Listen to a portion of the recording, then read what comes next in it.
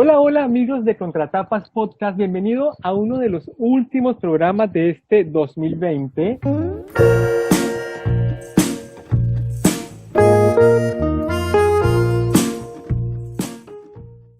Estoy muy emocionado porque ya estamos clausurando nuestros últimos temas de este año. Mi nombre es Yamit Zuluaga. Hola, ¿qué tal, Jam? Yo soy Florencia Puddington y nos encontramos de nuevo acá en este espacio destinado a la literatura. Y como vos decís, más que promediando, cerrando ya el 2020, estamos a los pies de diciembre y además, bueno, muy emocionados porque estos últimos capítulos van a ser como de cierre de temporada. Y aparte me encanta por el hecho de que hemos atravesado otro año, otra aventura, un montonazo de literatura, un montón de comentarios y estamos en temporada de sorteos. Los tengo aquí en mi mesa, 1, 2, 3, 4, 5, 6 libros para sortear, así que tendremos a toda nuestra audiencia noviembre, diciembre, enero a punta de sorteos para que se lleven libros, para renovar todo nuestro estante, para pensar en otras historias. Y bueno, ya estamos en los últimos capítulos, como dijimos. Tenemos hoy una novedad, la próxima tendremos otra novedad y nos veremos el próximo año. Flor, ¿cómo te ha parecido este recorrido que hemos hecho hoy? Sobre todo la pregunta específica es, ¿cómo te ha ido con esas lecturas avanzadas, rápidas, ¿no? Porque dejamos un libro, arrancamos el otro, la gente nos comenta, nos pregunta, es como es como un movimiento, ¿no? Es como todo un río. Sí, además ahora habilitamos nuestro YouTube, o sea, trasladamos todos nuestros programas a YouTube y somos muy nuevitos ahí, todavía no conocemos bien la dinámica, así que si nos estás escuchando en alguna otra aplicación, podés también seguirnos y darle a la campanita y nos vas a hacer un favor enorme si lo podés hacer, si tenés ganas de acompañarnos, de apoyarnos. Nosotros no pedimos plata, pero pedimos seguidores en YouTube. A ver si llegamos a los 1000. Aparte estamos emocionados porque realmente hemos visto que la gente nos escucha, nos responde, tenemos seguidores en Castbox, en eBots, en Spotify, y es muy lindo poder encontrarse con otras lecturas. Por supuesto hay cosas buenas y malas, hay gente que nos dice, este programa estuvo medio, este estuvo buenísimo, me encantó eso, pero de eso se trata, ¿no? De compartir lecturas. Esto lo pensamos como un club también en donde compartimos sobre todo muchas historias que requieren difusión. A mí me parece eso muy importante porque estamos acostumbrados a ver la publicación y el gran libro de Planeta, de Sudamericana, de Penguin, y muchas veces hay lecturas que retomamos, clásicos, que vale la pena leer y no dejar morir, y también como en este caso, en el día de hoy, editoriales independientes que se esfuerzan por brindarnos con mucho esfuerzo otros puntos de vista, otros escritores, otras historias, ¿no? Porque es un mundo tan amplio que nos parece encantador poder recomendar libros que a nosotros nos han parecido importantes y que nos gustan, como en este caso tenemos la novedad Las Rocas y las Bestias de la editorial Marciana, a quien agradecemos mucho por su cortesía, escrita por Esteban Castromán. Y empezamos con la primera impresión, antes de leer el principio, y es que es una historia rara, porque eso tendríamos que englobarlo en un tipo de literatura, ¿no?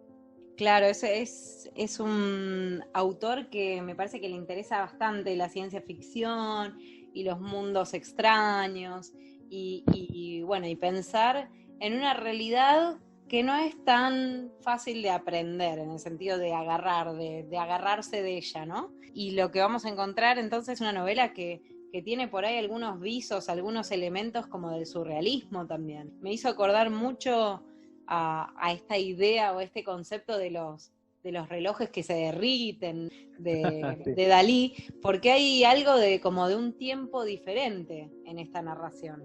Y hay que decir que también el autor tiene un estilo muy propio para narrar.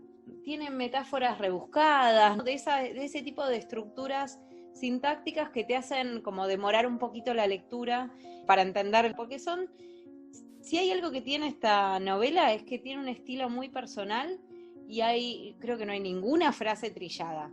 Todo lo que está ahí está dicho de una manera original, de una manera distinta, y me parece que eso, bueno, es interesante. Nos pasa mucho que nos cruzamos con literatura que tiene un estilo más llano, más donde por ahí el eje está puesto en la historia y no tanto en la forma de contar. Bueno, esta es de esas historias en donde la forma de contar impacta tanto como la narración en sí, ¿no? Como la estructura y la historia que se cuentan. Completamente. Además, también habría que decir que hay como algo que es muy bonito ahora, que es un rasgo de género, es la libertad para la escritura. El autor no está comprometido con que lo entiendan en principio. ¿A qué me refiero con esto?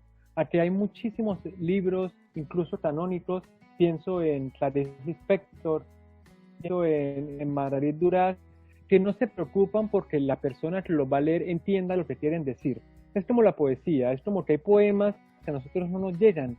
A nosotros no nos llegan porque no deben ser universales. No es la, como tú decías, no debe ser la estructura inicio, desenlace, final. No, estos autores juegan con los tiempos, con los personajes, con las tramas, hacen como todo un recorrido, no se paran y dicen, bueno, esto se puede no entender. ¿Qué es lo que me pasa con este libro? Hay cosas que las entendí, las recontracapté, otras que digo, necesito a que esté Esteban acá frente mío para hacerle unas cuantas preguntas, ¿no? Es como esta cuestión de la libertad, me parece que juega mucho en este libro. A mí me parece que, bueno, es cierto lo que decís, pero también hay una cosa de jugar con las expectativas del lector. Porque tenemos una historia que arranca en un contexto relativamente familiar o que todo el mundo puede asociar con una rutina familiar, irse de vacaciones en familia, ¿no? Ahí hay una situación más o menos común para cualquier mortal. Pero en un cierto momento se bifurca y se ramifican. Y entonces me parece que ahí está el juego como con las expectativas del lector, porque cuando está encarado para un lado y uno puede acomodar esa narración dentro de la estructura del género más realista, más costumbrista incluso, ¿no? Porque hay muchas cosas que tienen que ver con, por ahí, cierto, no sé, color local, bueno, irse de vacaciones, las familias del conurbano bonaerense viajan a Córdoba, es un viaje Relato típico. de niñez, que también es ¿no? Sí, la situación de pasaje de infancia a la adolescencia del personaje protagonista, hasta ahí estamos bien. Y de repente es como si nos tirara un plato en la cara, ¿no?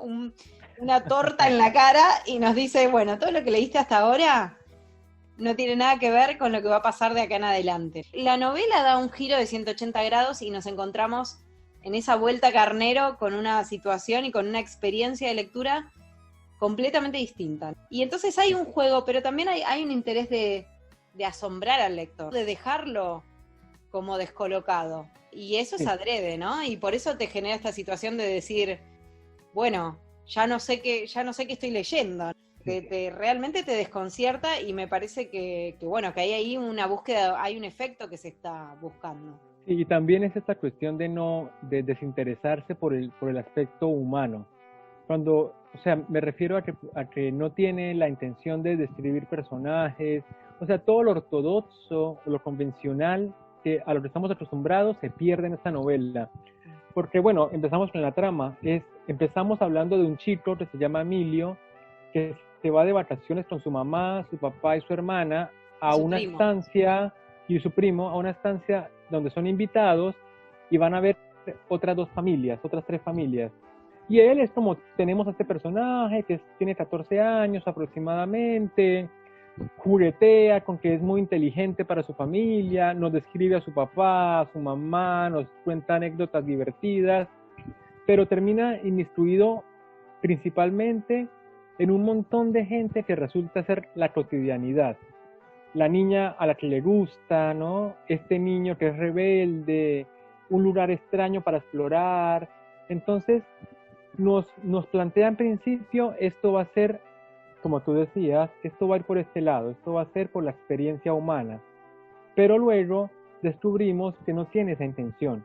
Por eso tenemos esta idea y esta hipótesis de la literatura rara. Y si quieres, Flor, para empezar podemos leer el principio de Las rocas y las bestias, de la editorial Marciana, escrita por Esteban Castromán, aquí en Contratapas Podcast. 700 toneladas de hidrógeno se transforman en cenizas de helio cuando llegan al centro del sistema solar. En ese mismo segundo, a 150 millones de kilómetros de distancia, un ejército formado por varias decenas de hormigas transportan el cadáver de una araña. Salen del matorral, territorio donde capturaron a la presa, atraviesan un río gris, sólido, granulado y caliente, para llegar al otro lado, entrar el hormiguero y así comenzar el festín comunitario. El comando avanza lento sobre la llanura asfáltica hasta que a mitad de camino un neumático de caucho lo aplasta y boicotea la celebración. El neumático gira debajo de la casa rodante en la que vamos vociferando a coro el estribillo de una canción pop inoxidable. De repente, una sacudida de inercia suspende las carcajadas y nos hace caer. Entre las cortinas alcanzamos a ver una entrada, un camino de tierra en declive, con curvas y rectas y curvas, rodeado por abundante vegetación de monte, hasta que por fin la casa rodante se detiene. ¿Y esas pantallitas? Pienso apenas bajamos. Los demás ya trotan en dirección hacia la orilla, involucrados en algún tipo de competencia. Nada más cándido que verlos corretear de espaldas a ellas y a ellos sobre la arena rosa fluo, como si en conjunto formaran una ola de vapor suspendida a pocos centímetros. 9 pasos largos es la distancia entre el motorhome y la orilla. No mucho, pero hay una perversa elasticidad del tiempo. Camino sin avanzar, un avanzar desalentador, una versión ralentizada de mí mismo. Levanto la cabeza para cambiar el destino. Desde la orilla, los demás invitan a unirme al grupo con gestos. Es tan hermoso que les importe mi presencia, pienso, y ese pensamiento diseña otro paisaje emocional. En el camino, a medida que sus cuerpos se agrandan, distingo palmeras elevadas cerca del horizonte, tipografía japonesa tallada sobre troncos, mascotas artificiales, 2 soles en baja resolución disfrazados de amanecer pixelado, una cordillera formada por líneas de neón que modifican un áspero al fondo de todo, y la arena rosa fluo como campo de juego.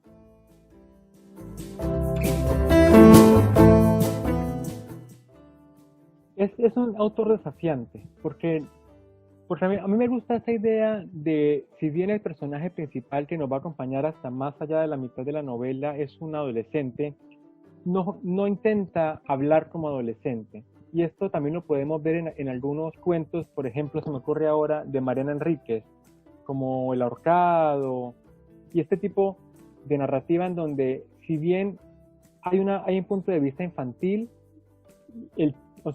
la calidad de la narración es adulta, porque lo usual es, como lo vimos en La Casa de los Conejos, es que la niña que narra no conoce el mundo, no sabe nada, se despista, es más lo que nos calla que lo que nos dice, pero no porque no quiera confesarlo, sino porque no lo conoce.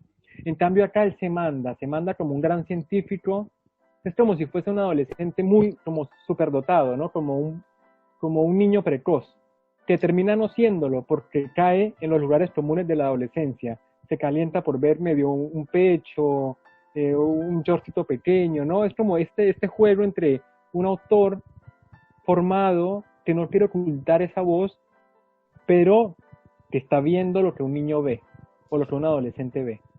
Sí, es una novela en la que también hay varios puntos de vista. Tenemos el punto de vista de Emilio, casi siempre, pero hay veces que vira hacia una tercera persona. Por ejemplo, en el momento en el que en un momento se pierde Emilio, nadie sabe dónde estaba, piensan que estaba en el motorhome y no estaba, y entonces ahí pasamos a ver como si fuera una cámara. Hay mucho de referencias cinematográficas, a mí me parece. Por ejemplo, esta experiencia, fíjate cómo arranca la novela, ¿no? Hace un plano como, bueno, después incluso incluye un guión adentro de la novela, pero más allá de eso, fíjate que arranca con un plano que no tiene nada que ver con la historia en sí, ¿no? Arranca diciendo, bueno, en el espacio está pasando esto, justo en el momento en el que unas hormigas están haciendo esto. Uno puede pensarlo como una mirada de cámara, de una cámara, ¿no? No tengo mucho vocabulario cinematográfico, así que no sé bien cómo se llama eso, o cómo se llaman las distintas.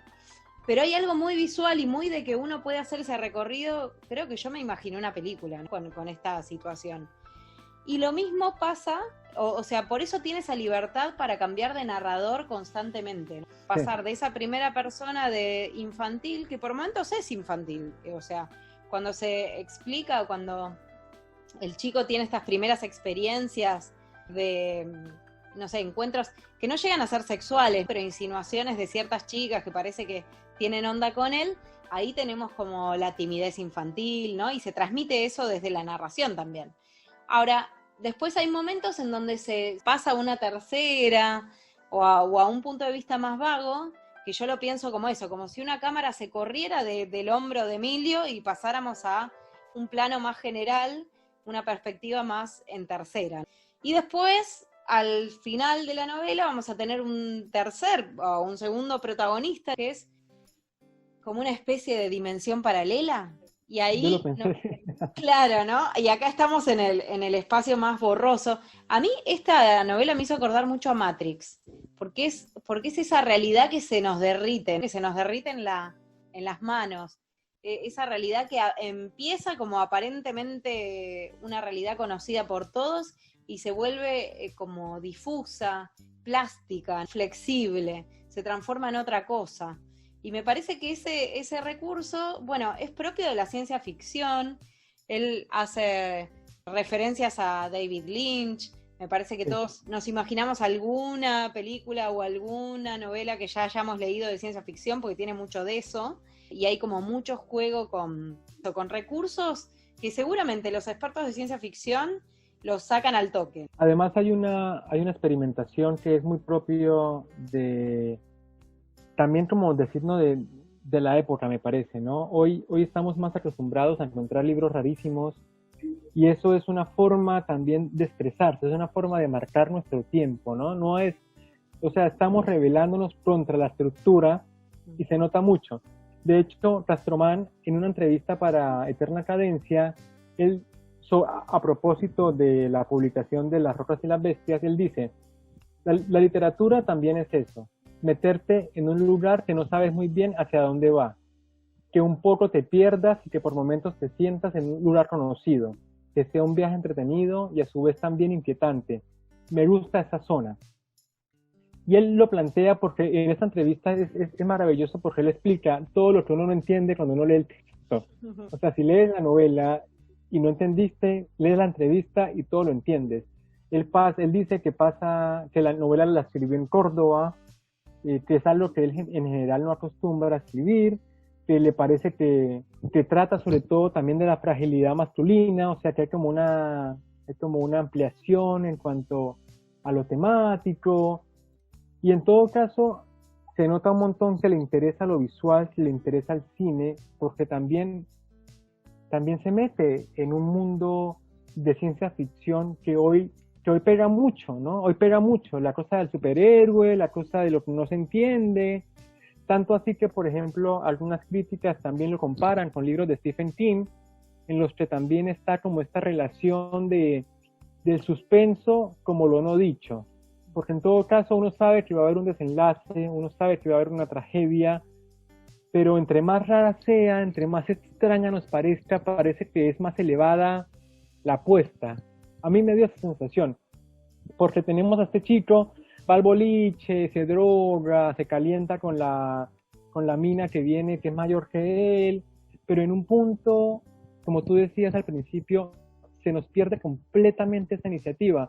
De repente está pensando en un guión con un tipo en otro mundo, en otro escenario, en otro tiempo, y nos desarrolla por lo menos 10 páginas de un guión de cine que nada tiene que ver con la experiencia de adolescente.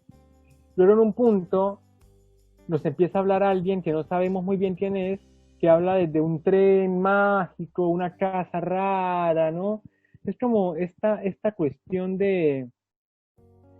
También yo lo pienso como una rebelión literaria, una cosa de que lo que queremos decir no tiene que ser lo que la gente quiere leer, ¿no? Por lo tanto, el escritor no debe ser comercial. No sé tú cómo lo percibes, ¿no? De esa estructura tan rara, que se cortan dos tiempos, en el cine del guión, niño, adolescente, cine del guión, futurismo indescriptible.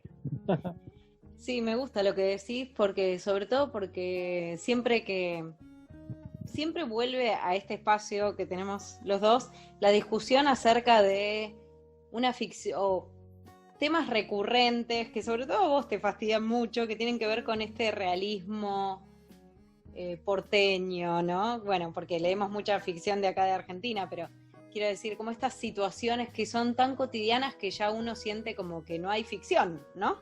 Y entonces por ahí también el juego está con eso, romper con el realismo. Hay una búsqueda de, loco, quiero contar algo que no tenga nada que ver con lo real. Y también está puesto en la superposición de planos, porque tenés justamente la particularidad acá en estos cambios de protagonistas, primero Emilio y su historia adolescente, y después este hombre misterioso que vuelve a aparecer, que la particularidad es que los dos están viviendo en la misma zona, en el mismo lugar, en la misma casa. Entonces ahí es cuando se produce como el efecto ciencia ficción, porque terminamos dándonos cuenta de que lo que está ocurriendo es que estos dos protagonistas viven en el mismo lugar, pero en dimensiones distintas o en realidades paralelas. Y bueno, nos puede sorprender, pero en realidad son cosas que hasta a Borges le interesaban. Pienso ahí por ahí en el... Fantástico. Puedo pensar también en El jardín de los senderos que se bifurcan, que es un cuento hermoso de Borges y que tiene varias lecturas. Pero bueno, de lo que se habla es de esto. Cada vez que tomamos una decisión estamos abriendo una puerta y cerrando otras que podrían haber sido, otras de otras situaciones que podrían haber sido. Y es como si acá se superpusieran los planos, como si en esta ficción la elección por ahí está en mostrarnos en simultáneo dos posibilidades. Y el punto de contacto, el puente entre estas dos realidades va a ser este edificio que está también en ese terreno en Córdoba donde Emilia está pasando sus vacaciones y el segundo protagonista, del que no sabemos el nombre, vive ahí aparentemente. Bueno, los dos pueden ver, y en la realidad es esa que ellos llaman casa tanque, porque es una casa enorme que se utilizó mucho tiempo para juntar agua para el pueblo. Entonces ese va a ser el punto de contacto entre las dos realidades. Y ahí es donde por ahí la historia cambia, nos hace a nosotros hacer una vuelta de carnero que bueno, que después hay que, unir esos hilos. Y ahí también está como, hay un cierto matiz de ambigüedad que después cada lector va a poder reconstruir esas piezas y darles un significado que por ahí es más personal y no está tan abiertamente declarado en la obra en sí. Sí, hay dos cosas. Una es que el autor confiesa que el guión, que es como una película de cowboys, como de Lejano Oriente, rarita, él lo había escrito hace muchos años con alguien que se llama Iván Moisés, que yo no lo conozco, pero es como también esta cuestión de revisar, ¿no? Qué se ha escrito hace años y ver si vale la pena poner algo, ¿no?